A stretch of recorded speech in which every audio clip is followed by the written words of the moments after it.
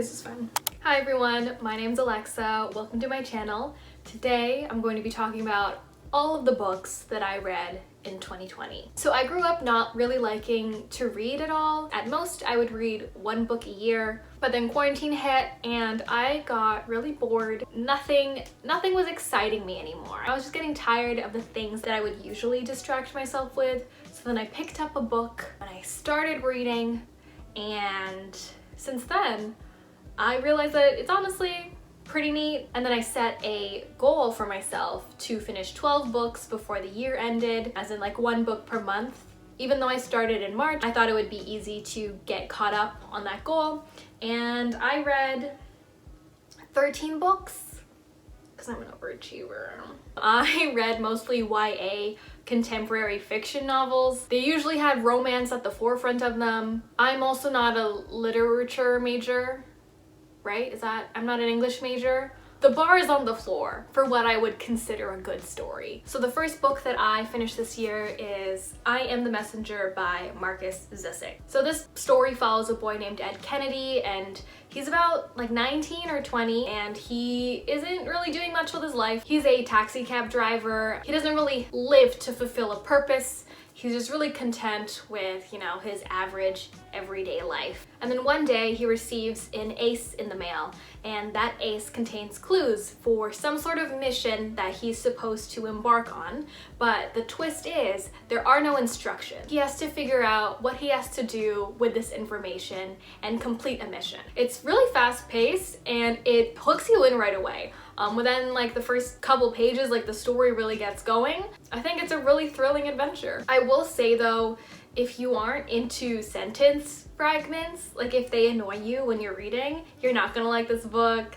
It is full of them. The next book that I finished this year was The Knife of Never Letting Go by Patrick Ness.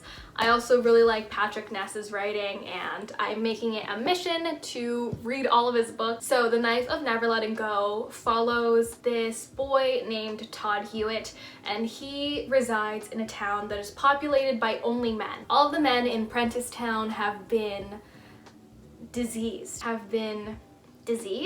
All of the men in Prentice Town have a disease where none of their thoughts are private, and literally anything they think comes out in what they refer to as noise. Todd is the last boy in his town, and about a month or so before he officially turns into a man, his guardians tell him that he cannot undergo the ceremony, that the town is keeping a really grave secret from him. He is on the run, and while he's on the run, he runs into a girl, and he's like, girl?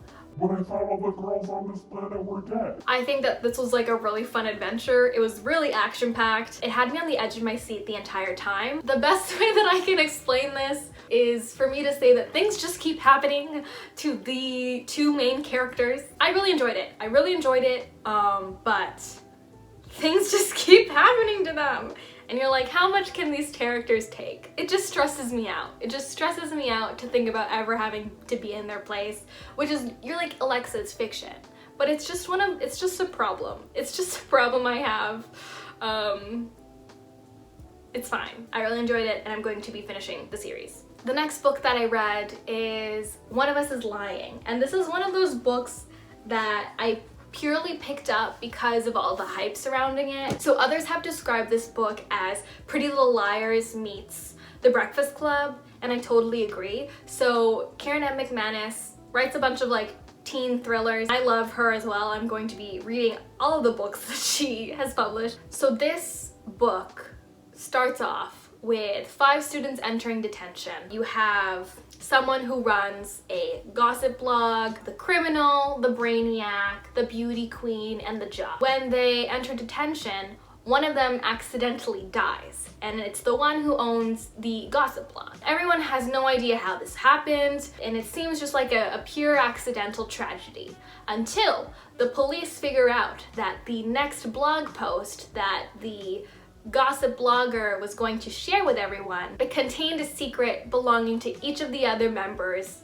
in detention. And then the book becomes this whole whodunit sort of book. I thought I was really excited. I personally was able to predict the ending. It was satisfying to know that like I picked up on the foreshadowing of certain things. It did take away from my experience, but I thought it was a really fun read. And I'd be lying if I said that I didn't enjoy it. If you want a good time, if you want some drama, if you want a little sprinkling of like an opposites attract romance, it's there. It's in this book.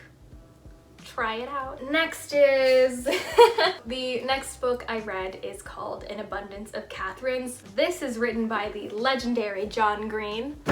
Honestly, I think this is his worst book. This book follows Colin, who is a washed up child prodigy. Colin has a thing for girls named Catherine. This book starts off with Colin being dumped by his 19th girlfriend, whose name is Catherine. So Colin, after being recently dumped, decides to go on a road trip with his best friend during his summer break. I did not like this book for so many reasons. I just, first of all, think that Colin is really boring. There's nothing much to him. He's boring and sad. I also think that a lot of the characters were underdeveloped, so in addition to Colin just being boring and sad, his best friend was written really poorly. His only personality traits were that he is Muslim and fat, and he does not stop talking about being Muslim or fat. I know that I could have just marked it as like did not finish, but the only thing that kept me going was I just needed to know what was happening with Colin and his love interest. I think her name was like Lindsay. Honestly, if Lindsay existed in any other book, I would hate her. I would find her so annoying. But in comparison to everything else that this book has given me, I thought that she was the best thing that this book had to offer. The thing that bothered me so much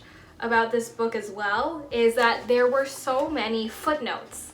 They just went out of their way to refer to so many things that no one had a base knowledge of for like a quirky like side comment in the book through a footnote. And I just found it like so annoying, and I found it really disruptive to my reading. Like I don't want to know about these things. I think this is my least favorite book of the year. Yeah. So next I read Rainbow Rowell's Carry On. So this follows Simon Snow, and he's the worst chosen one who's ever existed.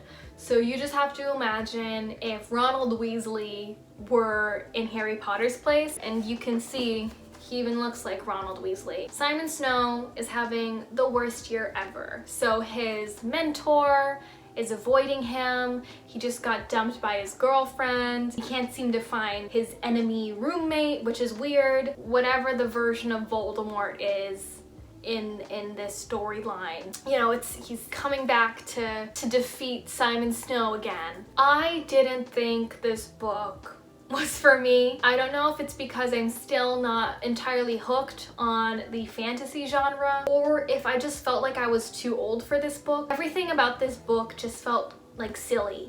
It felt goofy. I don't know if it's trying to pay homage to the Harry Potter series, or it's supposed to be like really clearly inspired by the Harry Potter series, but to me it just really felt like Walmart Harry Potter. I just did not like it. Everything was just too silly. The next book that I finished is Little Fires Everywhere by Celeste Ng. This book takes place in a real-life town called Shaker Heights. Shaker Heights is the first planned neighborhood in America, I think. I don't think I'm doing this book justice at all. The only way that I can like describe its essence is in like the top quote of the cover page. The New York Times book review says that this book is utterly engrossing, often heartbreaking, and deeply empathetic, and that is it. That is truly what this book was to me, and it's why I loved it so much. There are so many themes that this book covers. It covers class, it covers race, it covers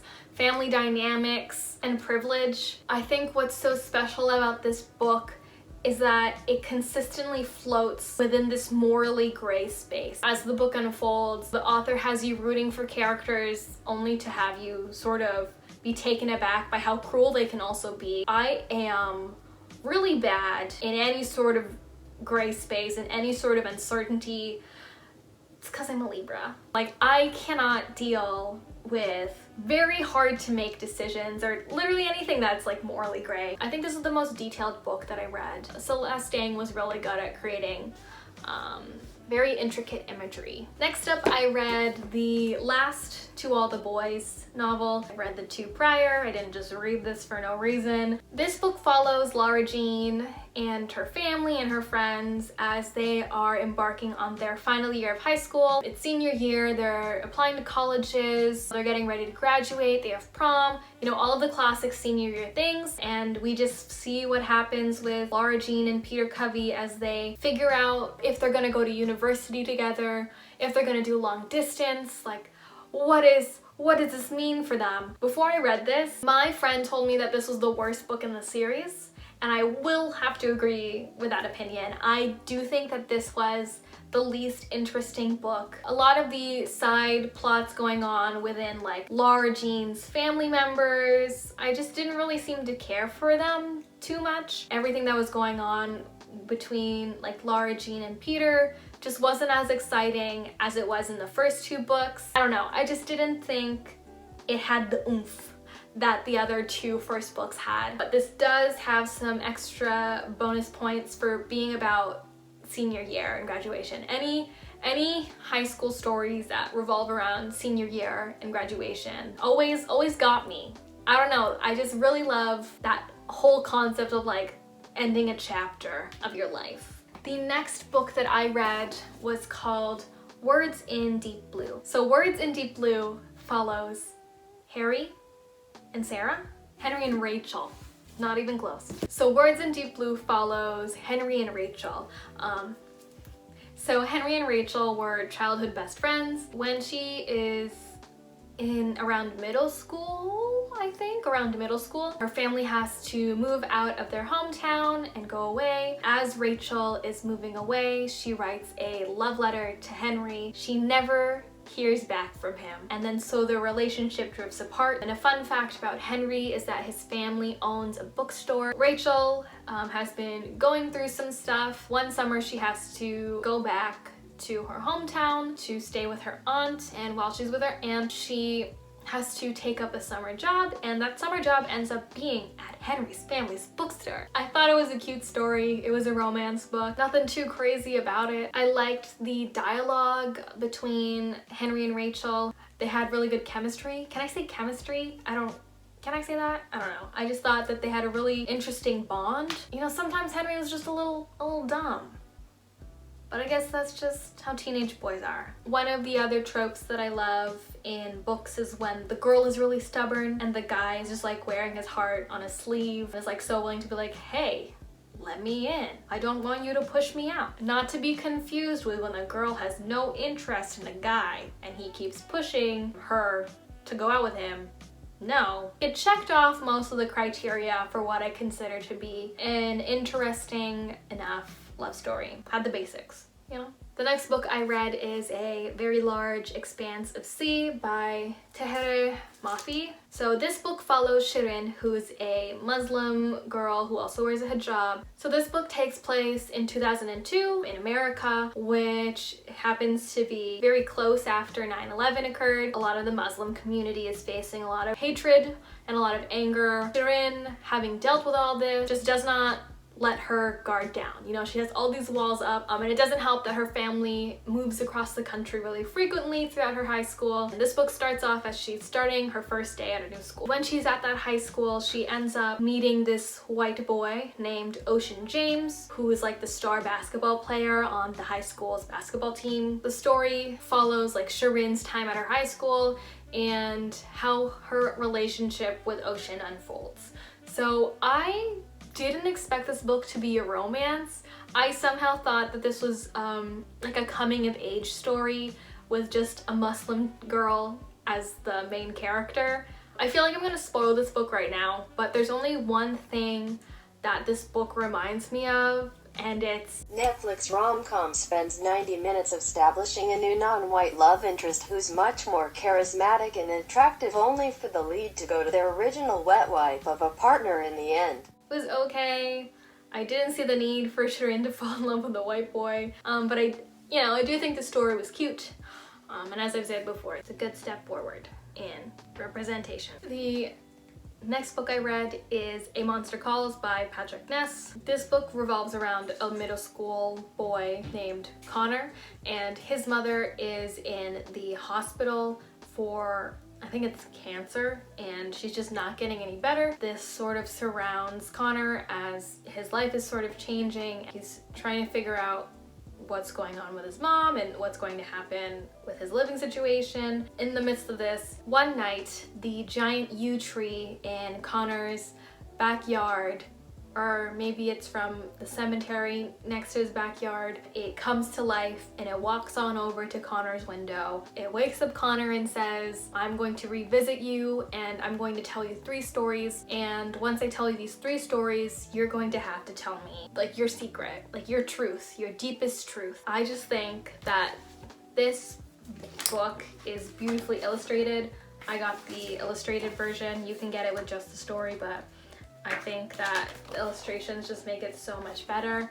They're these beautiful, rich, black and white illustrations, and you know, they add so much to the story and they add so much to the tone of the book. I just think this is a really beautiful story. It deserves all the praise that it's received. The things I would do to be able to read this for the first time again and experience all the feelings that I did when I read it the first time, I just really love everything about it. You know, it's beautiful, it's flawless, it's amazing.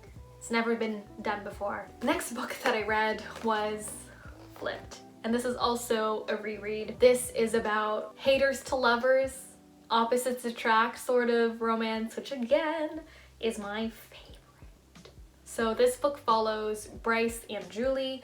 They live across the street from each other. Julie moves in across the street from Bryce when they're in the 2nd grade, and as soon as she lays her eyes on Bryce, she is in love with him, and she thinks that he is the coolest and best boy in the world, and he wants nothing to do with her. When they're in middle school, Julie starts to realize that, you know, Bryce isn't all that he seems, and Bryce starts to realize that Julie is actually the coolest gal around, and then their feelings flip. And it's just such a charming and wholesome story. It's just so sweet. This book is just so cute. I can't get enough of it. I love Flipped so much. And the last book that I finished before 2020 ended is One of Us Is Next. This book is the sequel to One of Us Is Lying. In One of Us Is Lying, one of the main characters is a brainiac. Her name is Bronwyn. Bronwyn has a younger sister who is also attending the same high school that she does. So Bronwyn's younger sister, her name is Maeve, and ever since the death of the gossip blogger in the first book, his name is Simon. So ever since Simon's death, there have been other high schoolers who have been trying to, you know, recreate gossip blogs. One of them, you know, starts to make a really big impact within the school community, and it's through this game of truth or dare. So someone is anonymously picking out one person from their student body and is sending them an individual text where they say, you either do the dare that I give you, or I reveal your biggest secret to the entire school. I didn't enjoy this book as much as the first one. I do like how they wrapped up the storylines from the original. So because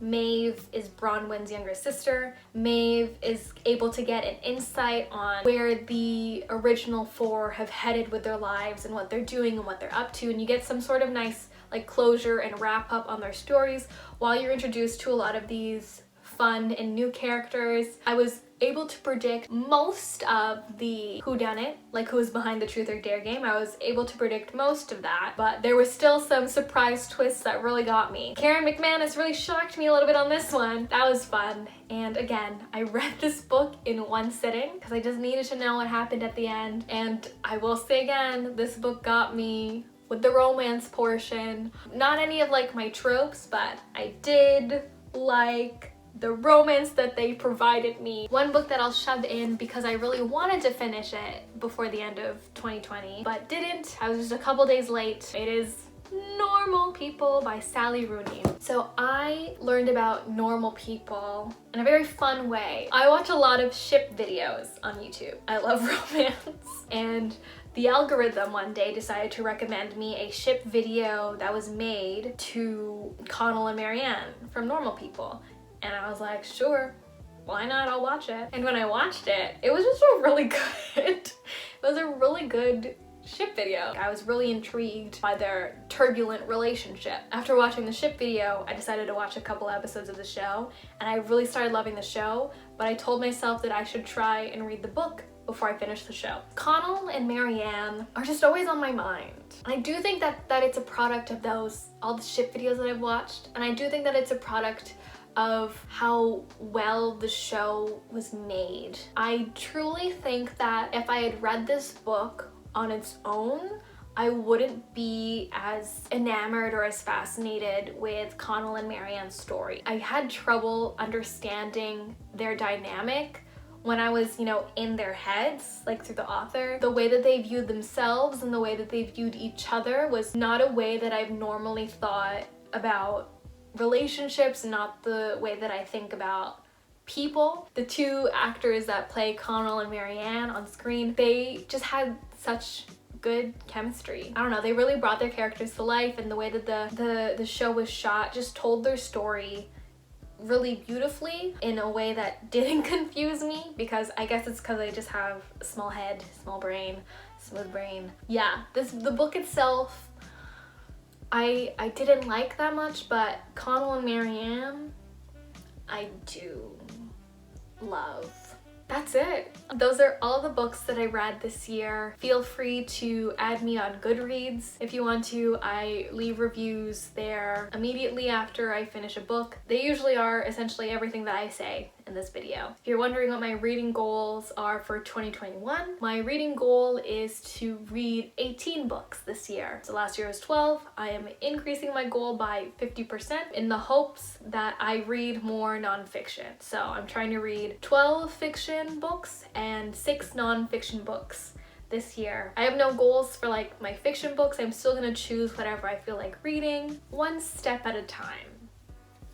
Just a few months ago I didn't like reading, so we're gonna take it slow. But yeah, thanks for watching. If you like this video, feel free to like, comment, and subscribe, and hit the notification bell so you can be notified when I post. I'm planning on posting every other Sunday. So thank you so much for watching.